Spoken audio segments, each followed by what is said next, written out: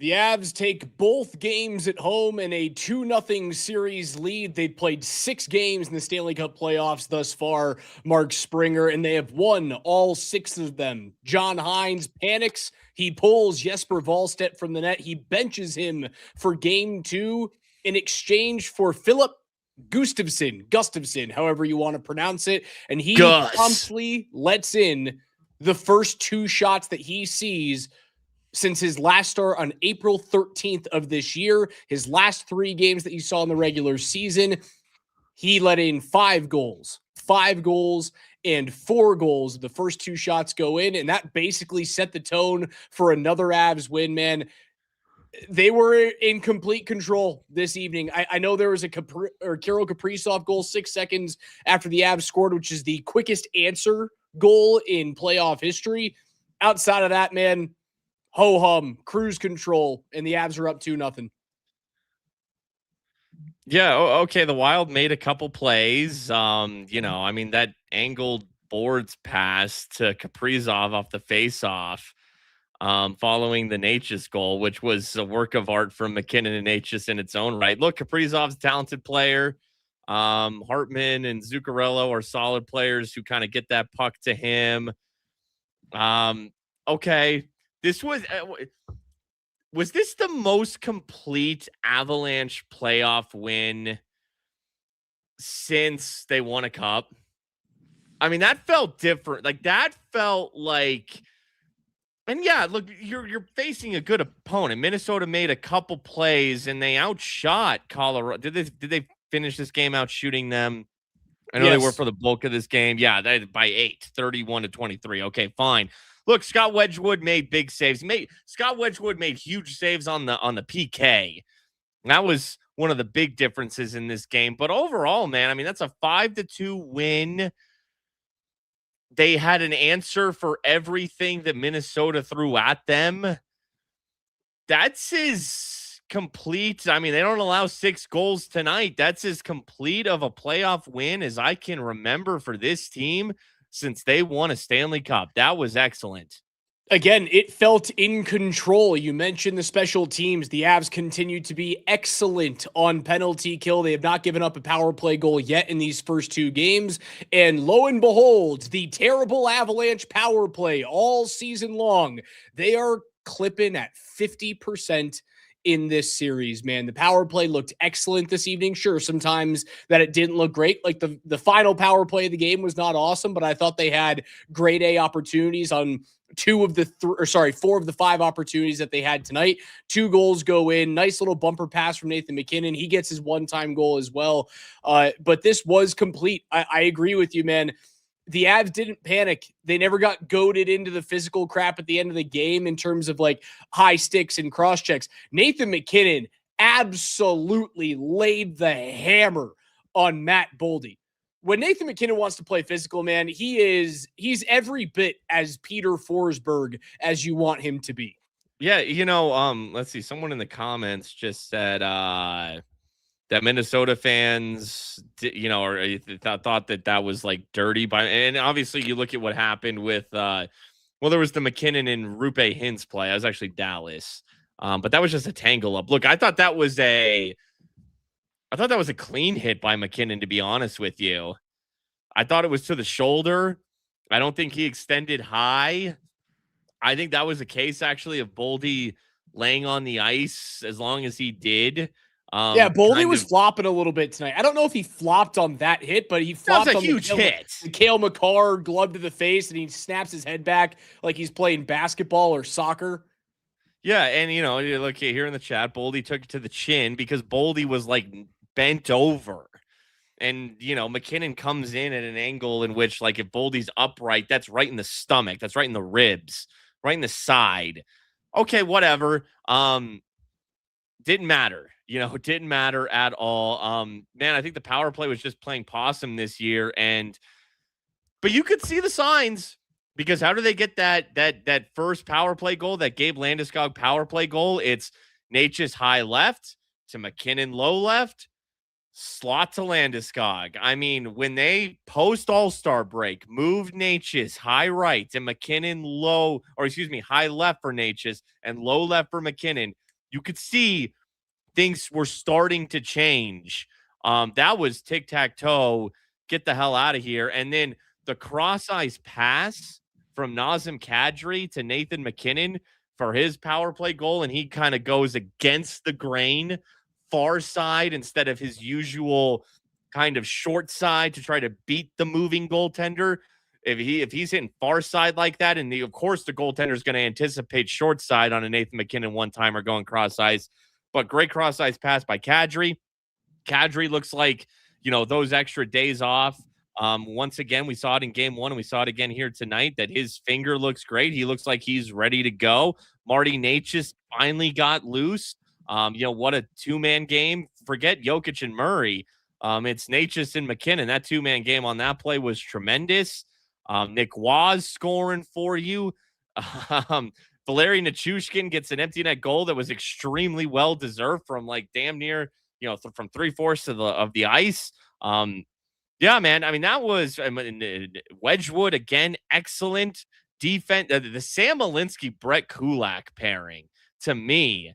Obviously, Makar and Taves were great once again, but that's a legit two. The Brett Kulak trade is unbelievable. It's amazing how good that looks right now. The way he closes plays, he's never out of something.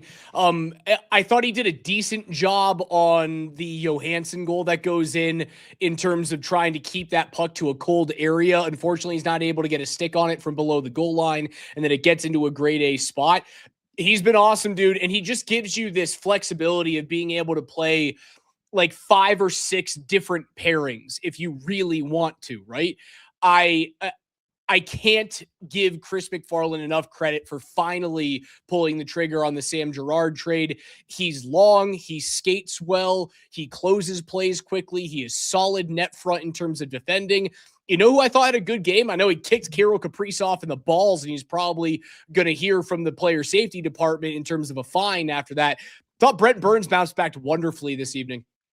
Yeah, and Nick Blankenberg only played 7 minutes tonight, but they were a solid 7 minutes. He didn't make any mistakes really in his 7 minutes. And because Makar didn't have to leave the game, and he got a full load from Kale playing 24 minutes, and Malinsky, plays he had to leave, with a bloody face after taking a puck, but he plays his same 20 minutes. They don't miss a beat. You can double shift. Only play Blankenberg 7 minutes. You hope Josh Manson's good to go for game 3 with these extra days off, these 3 days off here, Wednesday, Thursday, and Friday.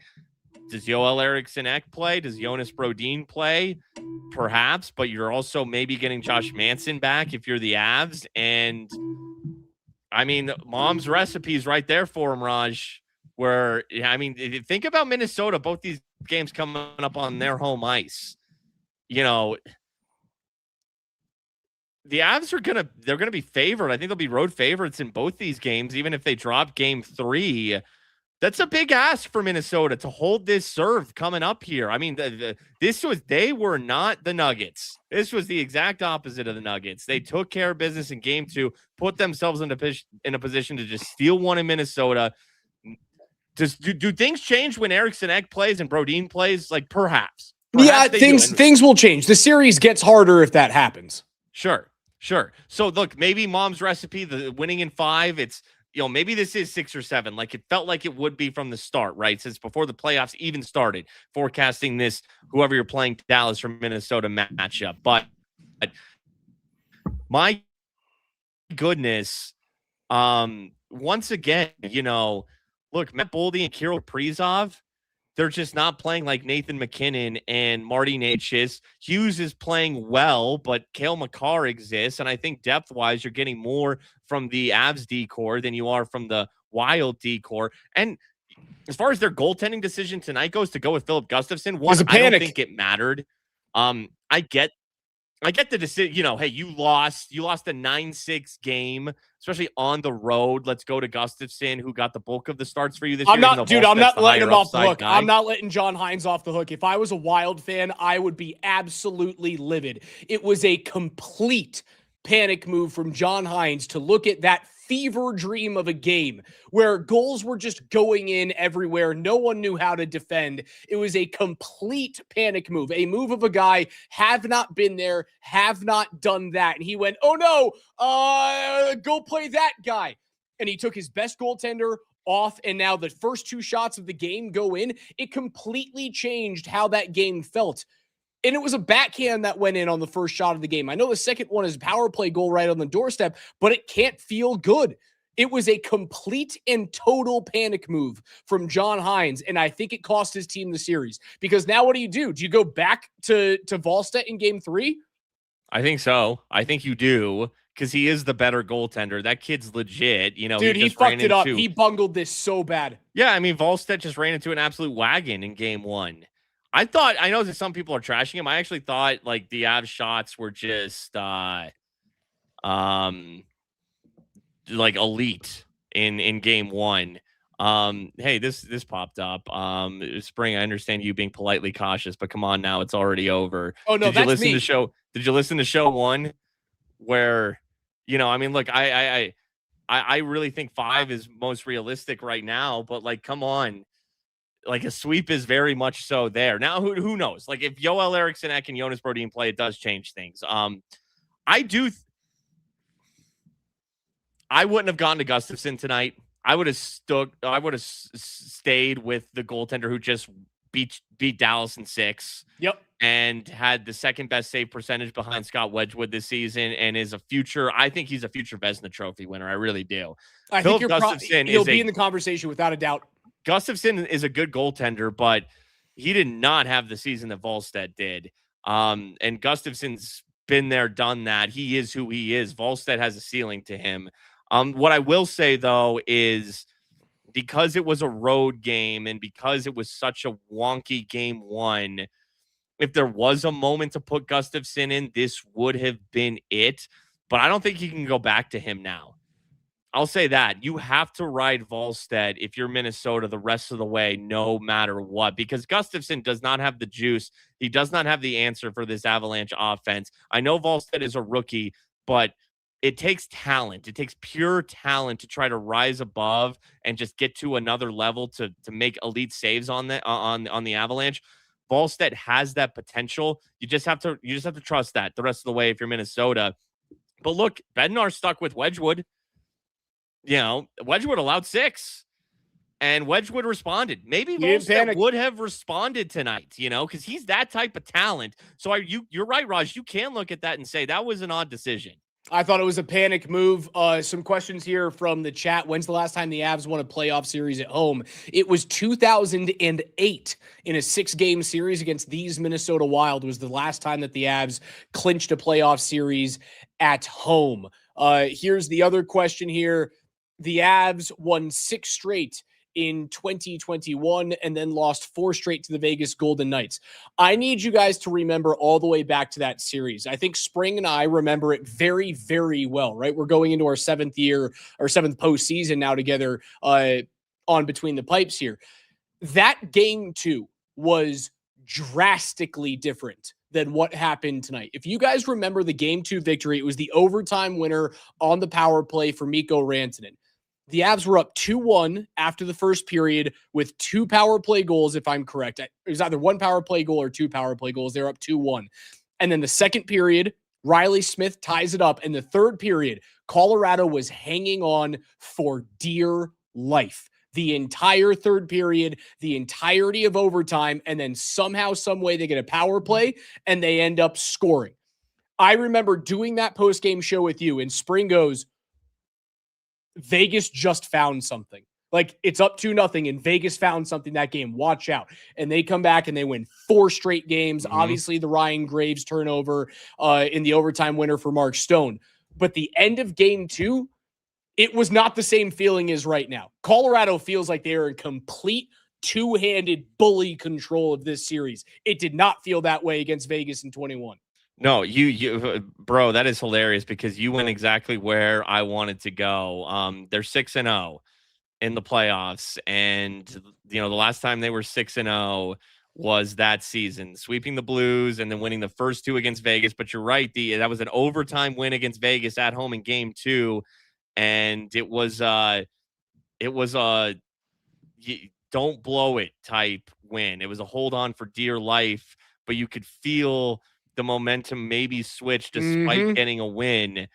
Vegas did outplay them. That was the year before they won a cup. That was the season. That was the after that series is where McKinnon says, whatever he said, which was something along the lines of, "I've never won a cup. I haven't done shit in this league." All that jazz. Is after Dater dropped his F-bomb. Yes. Oh, is that where Dater said, "Do you ever just say fuck it?" Fuck it. And Nate went, "I love Dater." It will go down it'll go down in Avalanche lore forever, man. I laugh my ass off about it all the time. Well, I remember, I think me and you were standing in the control room waiting to do pipes back when we did in the studio, and we're listening to Betsy's or McKinnon's post game, and we heard it come over the question, and we were just like, "What was that?" But Berto was standing next to us. All three of us looked at each other like, "What did we just hear?" But that, they weren't ready back then. And then they were ready the next year. They won a cup. And now this team is even more mature. McKinnon and Makar, who are on those teams, and Landeskog and Nichushkin, they're more mature now than they were back then. So yeah, this is, I look at them being 6-0 now compared to when they were 6-1 in 2020 or 6-0 in 2021. And I feel, it's completely different. It's completely different. And it felt like beating the 16-4 was unlikely from the cup year. And it probably still is, because 16-4 is still an extremely good mark. But my goodness, it's 5's right there for them. Hell, 4 is right there for them. All they have to do is go steal 1 in Minnesota. And you play this way, even with Eriksson Ek back, even with Brodin back, you play like you did tonight, you're probably winning in 5. Doesn't mean they will, because for some reason anything could happen. Nichushkin 3.0 could happen. Hopefully, what the good news is, thank you for knocking on that wood, is that I didn't see 2.0 coming. I didn't even, utter those words. And so I think we're so far beyond that. I referenced earlier this season, because we do every game, the way Nichushkin, and I know he's not playing right now, mentored Zakhar Bardakov this season. Nichushkin is focused right now. He looks completely so different. This is a completely different human being. And he's having an amazing playoffs. Valerian Nichushkin is having the best playoffs for only having 1 empty net goal that I've ever seen. And Valerian Nichushkin, this playoffs, is a testament to how sometimes stats do not tell, or at least points do not tell the whole story. He's moving so unbelievably fast right now. In the first period early on, Hughes had the puck and did his whole, I'm going to sit back in the defensive zone and just sit in the rocking chair and wait for you to come to me. And Nichushkin got on him so quick that Hughes had to panic, throw a puck off the far side hash mark, and Colorado was able to recycle after getting almost a full change because of how quickly Nichushkin was on that forecheck. He looks as right as he has been in years, man. He looks like the $6.125 million steal that he is when he plays like this. And he's always been the player, right? He doesn't necessarily show up on the score sheet, but he impacts a game. Yep. No, anytime the Avs have been struggling in recent years, Nichushkin was the one player who would, just when you watched him skate, was giving you the effort. 2 ways, forecheck, back check, tight skating, aggressive. He's playing like that right now. Brock Nelson whipped a post tonight on a one-time look on the right wing. Gabe Landeskog looks locked in. Man, remember when people said that Gabe Landeskog, and I say people, I mean, oh my gosh, Gabe Landeskog, they're floating him. He's getting a few, especially when they have offensive zone face-offs. They're putting McKinnon, Natchez, Landeskog out there. Landeskog taking Lekkonen's place.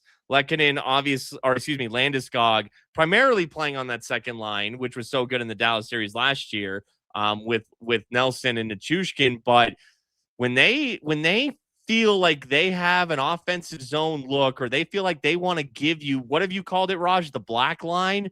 I mean, that's putting and Bednar did it a few times. He's done it a couple times in each of the first 2 games. And Landeskog started these playoffs on the third line, but we knew he couldn't stay there. He's getting looks on the top. He's the one guy who's floating up to the top, but primarily staying on the second. Ross Colton, I think is, he had a point tonight, right? He had an assist. He's popping to me. The snake bitten Ross Colton is actually, like, I like snake bitten Ross Colton because that's a guy who's in the play and he's effective. And you're getting that on your third line with Kadri and Nick Waugh, who has 3 postseason goals.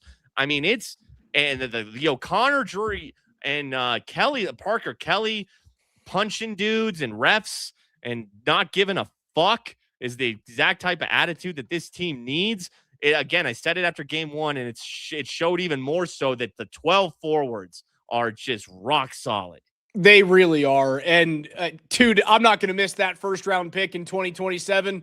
Not going to miss that one, dude. Nicholas Waugh has already paid off that first round pick, man. Also, he looks way faster in the playoffs than he did in the regular season. Like, he's got a little bit of pace to his game. His cut to the middle and is able to relocate that puck on the goal that he scores this evening is phenomenal. He plays the right way. You mentioned Ross Colton. I've enjoyed watching Ross Colton know what his role is, right? Like, you're paying him $4 million, but he doesn't think that he needs to score in order to be a $4 million player. He is responsible defensively. He is like white on rice on the forecheck. He is physical. He's in the middle of the ice constantly. And I think his minutes, although limited now, they're just very effective. Like, you know who he is? He's filling the role that I thought Miles Wood was going to fill last year and the year before. And he's doing it to a way better extent. He's a better skater. He's better defensively. I've really enjoyed watching Ross Colton, even though he's been kept off the score sheet. And I think Parker Kelly's been kept off the score sheet. And the regular season he's gonna get it going. There's no doubt. Logan O'Connor has, he popped tremendously in the Minnesota series. And I mean, this is the best 4th line in the league. And you can say, oh, best 4th line in the league, whatever. But in the playoffs, like, that's huge. They don't miss a beat. And they put they were choosing to put that 4th line out against the Kaprizov line. They had the best 4th line in the league in 22 when they won the cup too. Yeah. Yeah, it matters. How do you replace Darren Helm and Andrew Cogliano? Well, you have Logan O'Connor down there because Logan is a 3rd line guy, but you're coming off a hip injury and acquiring Nick Waugh and acquiring Nazem Kadri. That's how you replace him. Is now OC's on the 4th line, and Parker Kelly took a step and became a great sneak signing for this team, dating back a couple years now. Jack Drury and the Rantanen in trade, and I'm looking at the faceoff numbers right now. Drury 13 of 19, Brock Nelson 12 of 14. Damn. Waugh 4 of 4. Damn! Winning in the dot. And you talked about how, the Wild lacks center depth. You're winning faceoffs. You are controlling possession. You are giving yourself the advantage to start. This team has done nothing but give themselves advantages all season long. From seeding to now the improved faceoff play, in its acquisitions. Drury and Nelson are acquisitions from last year. McKinnon only goes 5 of 14, but he's improved in the faceoff circle at this point in his career. Winning faceoffs, man, it's gigantic. And they improved Drury and Nelson. McKinnon got better. I mean, they are creating every little slim margin advantage that they can right now. Spring, I am so glad you brought up faceoffs. I didn't even think about draws this evening. Honestly, I had no idea what the draws were tonight. All right, let's go through the Avs and their matchups. Nick Waugh took 4 draws against Michael McCarron. He won all of them. 3 of them came in the defensive zone. Brock Nelson took 2 draws against Matt Boldy. He won both. He took 2 draws against Danila Yurov. He won both. He took 7 draws against Ryan Hartman. He won 5 of the 7 draws against Hartman. He took 3 against Michael McCarron. He won every single draw. Jack Drury, as you mentioned, they're matching him up against that top line in Matt Boldy. He took 6 draws against Boldy. He won 4 of them. The only guy that he didn't win a draw against was Danila Yurov. He went 3 of 4 against Ryan Hartman. He went 1 of 3 against McCarron, 2 of 2 against Foligno, 2 of 2 against Nico Sturm, and 1 of 1 against Kirill Kaprizov. That is unfreaking believable. They win the overall faceoff battle 39-23. I don't know last time I have seen the Avalanche win the faceoff battle by 16. And that is I know faceoffs are, maybe a little overrated, but when you're winning by 16, and this team used to struggle at the dot. So I mean that's the Wild out hit him by 3, but pretty even in the hit category, 31-28. Usually the Avs are the team getting out faced off, getting out hit by a little bit more than 3, but they're out shooting their opponent by 10 plus. They're a more well-rounded team nowadays. They can get outshot by 8, but they have Scott Wedgwood in net, and they win in the little areas. They win on the draws. They win on the forecheck. It's a different team. It's a more well-rounded team than maybe I've ever seen from this group. Spring, this is a really good question on YouTube. What lines does Minnesota hunt in their 2 games at home with that last change? Every single line, the line you hunt is funny. If you're looking for the one matchup that they have an offensive advantage on, would be the Avs top line. It would be McKinnon, Natchez, Lehkonen. Lekkonen's the one bulldog type player, but Nathan McKinnon is throwing his body around more than I've seen him. You don't think that dude wants it? The dude is back checking. The dude's laying a hit on Matt Boldy that I thought was clean. I get why it looked bad, but nonetheless, Natchez is not that player either. But that's the other 3 lines are nasty defensively, and even the top line is holds their own. So tough defensive matchups for Minnesota right now. Really tough. And what winning this game does? Because I feel like you've still been the better physical team. You don't have to rush Josh Manson back. You don't have to. You're up 2-0. You don't have to bring him back if you don't want to in game 3.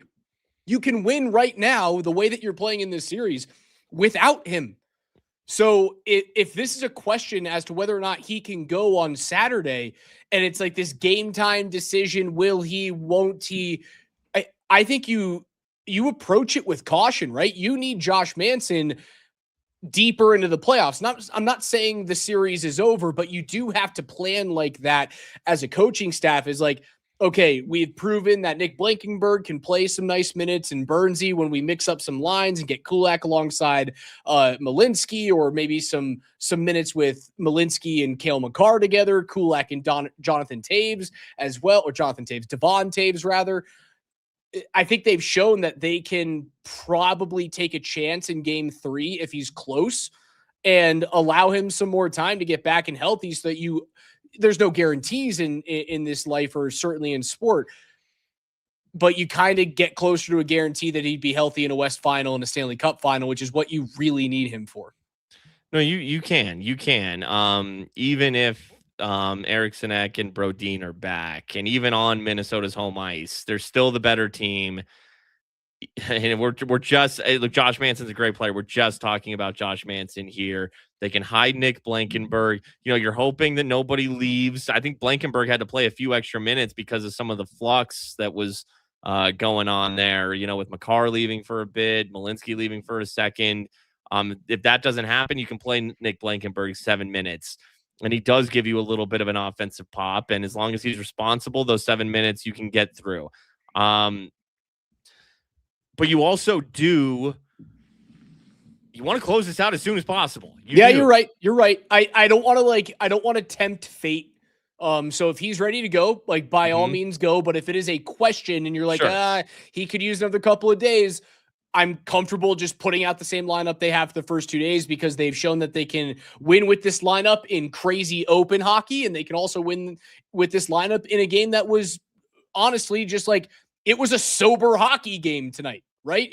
It wasn't crazy open. It wasn't crazy defensive. This is kind of how I expected the series to go between these two teams. Avs just end up getting a better power play this evening and better goaltending. They win the game and they just went on cruise control for the final 2 or 3 periods, man. So, yeah, I'm cool with the lineup right now. I am most concerned about Josh Manson being healthy for a West Final and a Stanley Cup Final.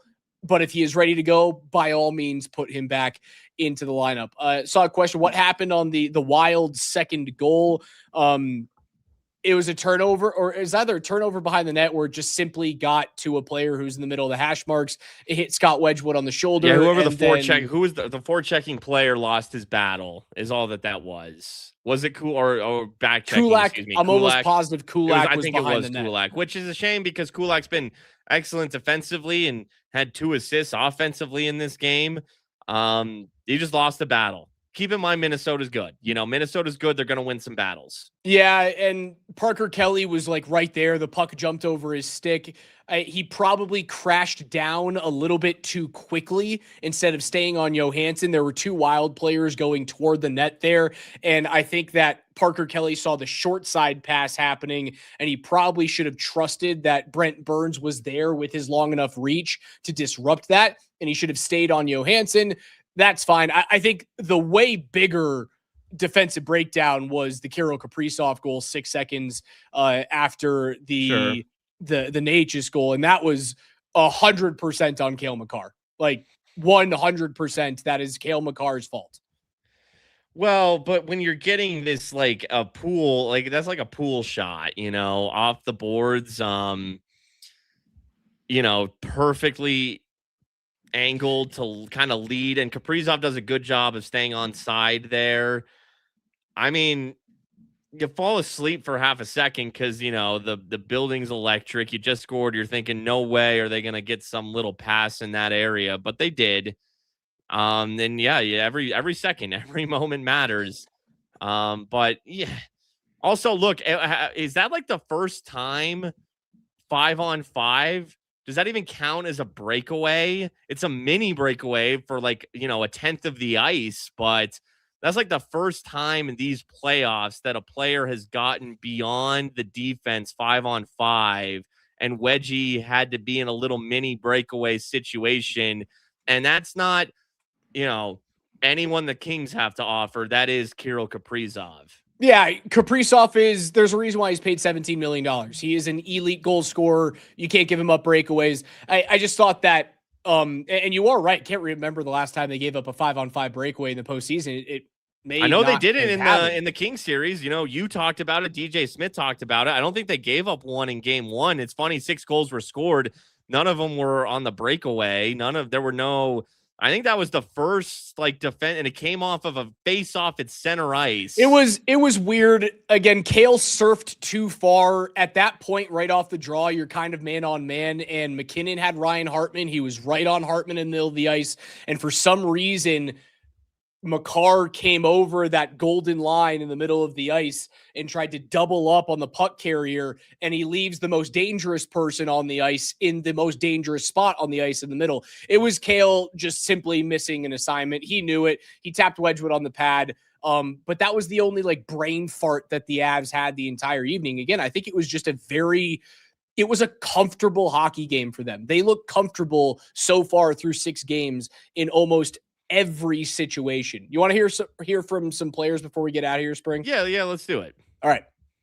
When you still want to improve and do things right. So, yeah, I felt, my game was a lot better too, a lot better flow from my feeling after 9 days off, and just obviously putting them down 3 with whatever it was to go, obviously a cushion, but, they got one, made it tight again, and we shut it down, which was nice. Scott, you see Avalanche hockey?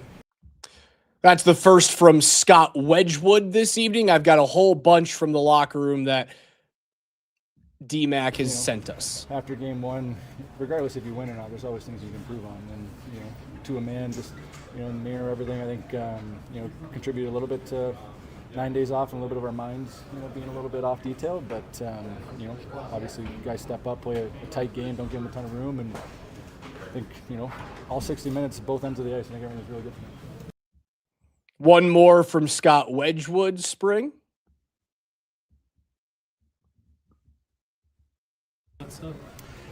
Yeah, I think, my game plan kind of in game one, I've learned 3 different combos of skates, was dealing with some issues and fixed it. And today felt, I trust my feet so much and to have a little more cleaner flow and feel comfortable down there, just, ease my mind. And then when I have an easy mind, not thinking about anything, I can just read it and buzz and trust a little bit more movement. And that's kind of how the game felt. And regardless of the goal scoring, I think both teams still, created, and don't know what the shots ended up being, but it felt relatively similar in pucks on net, and they do a great job, creating space, rolling 3 high, getting guys in front of the net. It's a working man's job regardless of shot, and thought I did a really good job of it tonight finding pucks. Scott Wedgwood, after he bounces back and gets a 5-2 victory in game 2. Pretty straightforward comments from, a pretty straightforward goaltending performance. Wedgie's a great character. He's a great personality, but he's all business right now.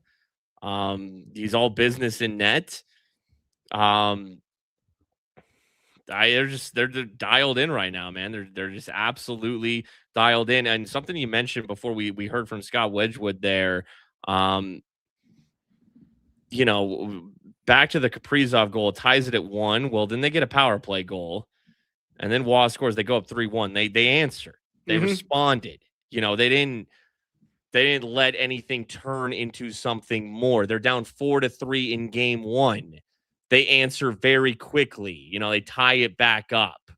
They are responding. They are not letting their mistakes compound into 2 mistakes. They are erasing. They have a short-term memory, and they are tightening their games up immediately and not letting, 1 turn to 2, turn to 3. That's an admirable trait to have. It certainly is, man. The timeliness of their power play goals. Like, how many times during the regular season did we see these games where the Avs are up 1-0 and they're dominating the game, and then it's tied, and then the Avs get a power play and you go, okay, here's the chance. And then it rips away all the momentum and you go, well, that was your opportunity to bring it back to a lead. It never happened in the regular season on a consistent basis where they scored a timely power play goal. The Landeskog goal was timely, right? Like, you give up all of that momentum 6 seconds after the Natchez goal, which was gorgeous. And the breakout from the Natchez goal was just something of poetry, if we can go back to that one.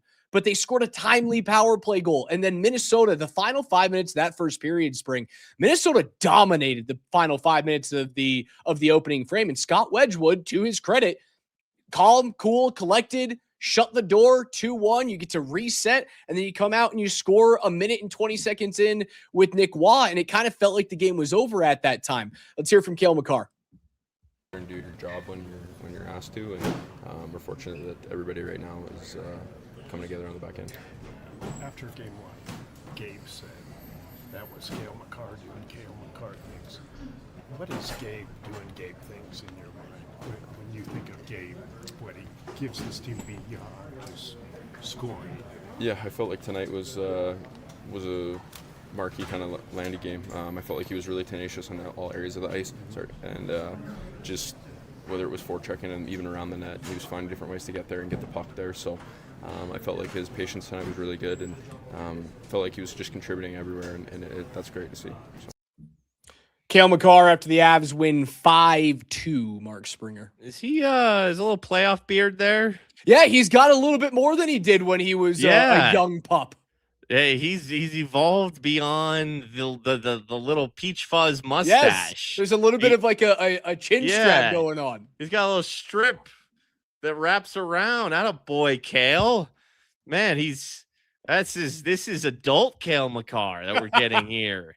And then teenager Cale Makar, even though he was in his early 20s, won a fucking Conn Smythe. So what's adult Cale Makar going to do? Spring, the first goal that the Avs scored, that Marty Natchez one, as we prepare to get out of here after game 2 and an Avs win. The breakout that they had to start that play was absolutely sensational. It was one of the prettiest breakouts. And I started like, there were a couple plays in the first period that like gave me a hockey boner. And this was one of them. When I saw Brett Kulak go behind the net, you could hear Kirill Kaprizov, who was coming off the bench, tapping his stick so that Kulak would try and give him the puck without looking. And Kulak doesn't do that. He gets the pass from Sam Malinsky. He goads Kaprizov into becoming a layer for him. And then he just hands the puck off very quickly up to Marty Necas, who makes a one-touch down the ice to a Nathan MacKinnon who is underneath the play, which is what you absolutely have to be as a centerman, is be underneath the puck. That goads, who's 36, that Danila Yurov, whoever 36 is for Minnesota. I can't remember who it is. He goads 36. It's Zuccarello. It's Zuccarello. Thank you. Sorry. Matt Zuccarello. He goads him into stepping down to MacKinnon. MacKinnon then one touches it back to Necas, who gives a give and go to Nathan MacKinnon. You're not going to catch that dude. And then Zuccarello and Kaprizov are already behind the play because of this amazing breakout. It was so freaking good watching that 200-foot play. Like if you guys get to go back and look at that play happen on a full recording, like not just the zone entry for Colorado, it starts behind the net with Malinsky and Kulak, and they turn Kaprizov and Zuccarello and then whoever that defenseman is, Jared Spurgeon, into three layers, and they just run through them. It was a thing of beauty. Yeah. No, a couple things on that. One, the play starts with that deep pair, Kulak and Malinsky. Here's the thing about Manson. He was obviously coming back at some point here. You can hide Manson in a third pair with Brent Burns. That was your, yes, I love that comment right there. You can, Manson Burns was like your two pair the bulk of the season. That's now to me your third pair, especially with Manson, even if he, when he is back, maybe even not at 100%. And Burns bounced back today, and he is older though. We know that. That's your third pair. Kulak, Malinsky, like it's this is a new era. Your Manson used to be a fixture on the second pair. I really think that the way Malinsky and Kulak are playing right now, like they get two pair minutes. They should play 20 minutes a night like they are right now. You got 4D giving you 20 minutes a night. That's a great top four right there. They're playing excellent, all four of them. And then I thought Nathan MacKinnon in the first half of the game, this was the first of the playoffs where it was like, oh no, there he is. And we still have yet to see, does the Nate Dogg have a hat trick in him in these playoffs? You know what I'm saying? He gets a power play goal. It's a laser grid. He should be scoring more power play goals. It's what he does from a spot like that where he scored. And he got an empty net goal last game. But we're still, but you saw the play tonight. Like Nichushkin's had the play, but has not been rewarded with any goals. He did get rewarded with an empty net goal. Nate had the play tonight that is worthy of at least a 2-goal, 5-on-5 goal performance. I'm still waiting on it a little bit from Necas. But I think that the way MacKinnon played tonight, and you're going to need that in Minnesota. Like Nathan MacKinnon's going to have to play on that level. You want to steal one in Minnesota, you're going to need a Nate game. You're going to need a Marty game, and you're going to need maybe Kale to keep doing what he has been doing. Yeah, it's another 3-point night from Nathan MacKinnon. So 6 points in 2 games is nothing to scoff at. And I do think what he did off the score sheet today was even better, right? Like he was solid. Everyone else was elite on the draw, but he was solid on the draw. He was physical. Dude, he bullied Quinn Hughes. That hit that he throws on Quinn Hughes is such a I'm big, you're little, I'm smart, you're dumb type of hit. And then he throws that on Matt Boldy as well, who's been a ghost in this series so far. Like it is just, I'm on a different level than you guys are. We are not the same, you and I. So I don't think this is the Nathan MacKinnon game that we're waiting for.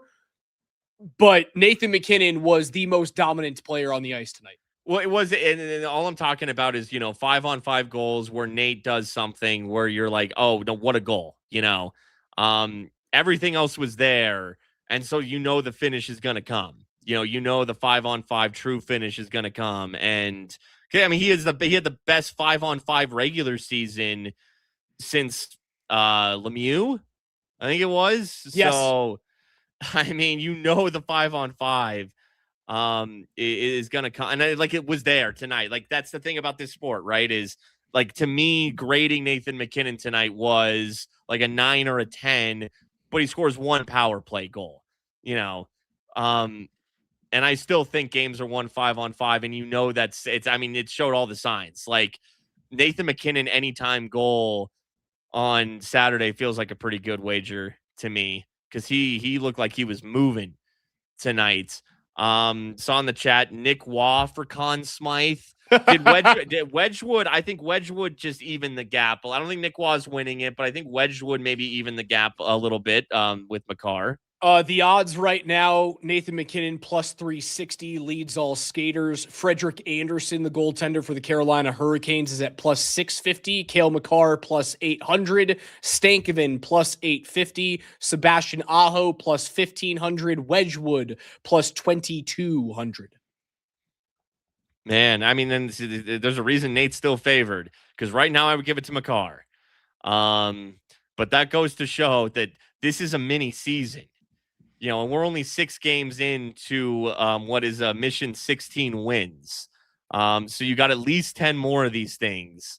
That's more than half of what that's more than the 6 more than the 6 they've already played. Like, Nathan MacKinnon could still go hat trick, 2 goals back to back, and boom, it's his Conn Smythe. I mean, and what we saw tonight, like, that could be coming. He's now just 1 point off of the playoff lead, and he's only played 6 games. And the guys who are ahead of him right now are Quinn Hughes and Kirill Kaprizov, who have now played 8. He's a playmaker. He sets guys up. He gets assists. 8. It's like Jokic. You blink and he's got a triple-double. You blink and he's got 3 points. And yet Nate hasn't completely taken a game over yet. All right, Spring. I think that's going to do it tonight. Just a professional win for the Avs. I think I used the word in the first series, a parental win for the Avalanche. They just felt like they were in control the whole time, and there was no panic in their game. 2-0 in the series, 6 straight wins, and they go to Saturday evening after 3 full days and 4 days in between games. We don't know who Minnesota is going to play in goal. Will it be Philip Gustafsson? Will it be Jesper Wallstedt? Will Joel Eriksson Ek, or Joel Eriksson Ek, as he pronounces it, be in the lineup? Will Brodin be back in the lineup? Zach Bogosian's been in and out of a walking boot. Will he get back into the lineup for Minnesota? There's going to be a bunch of changes for John Hines to try and salvage this second round series. But the Avs, man, in full and complete control, dude. They look fan-freaking-tastic.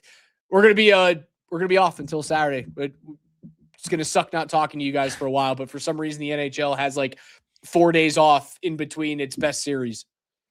Man, Saturday night's huge. This is kind of what I was talking about last show when I said, like, a sweep is possible, because if you got you took care of business in game 1, scored 9 goals. If you got game 2 and did what you were supposed to do, which they did. Now you think about how Minnesota feels on Saturday night. Like, their season is essentially, if you go down, forget stealing right now, your season's on the line if you're Minnesota. If you go down 3-0 to this team, you're all but screwed in all reality. So, man, any mistake Minnesota makes on Saturday is magnified. Any pressure Colorado can put on them is magnified. It is going to be gut check time after the high of highs. Think about that too for Minnesota. The high of highs, beating Dallas, getting that upset win when most people were picking Dallas, except for me and Raj. We picked Minnesota. And now you got to parlay that into beating the Avs too. You got to do it twice in a row. There's some letdown written on that, but they have no series is over till you lose at home So Saturday night is really everything in this series. Without a doubt, Spring. Hey, if you guys are looking for somewhere to watch the game on Saturday, I'm going to be out live on Saturday evening at Stoney's Uptown joint for a live broadcast. Mark Bertinoli is going to be out there. We're going to be giving away signed Avalanche jerseys and memorabilia, whether it's photos, pucks, sticks. We will have signed stuff there for you guys to win, a bunch of drink deals. So come on out to Stoney's Uptown joint on Saturday evening for a live watch party, live broadcast with Altitude Sports Radio. You guys will not want to miss it. Put it in your calendars. We cannot wait to see you there for Game 3 of Round 2 of the Avs and the Minnesota Wild. It's going to do it for us tonight. For Mark Springer, I'm Alex Ryan-Emmy. Avs win 5-2. Tune in tomorrow morning at 6 a.m. for Brett Kane, and stay tuned all day long for more reaction to another Avs win. See you guys Saturday.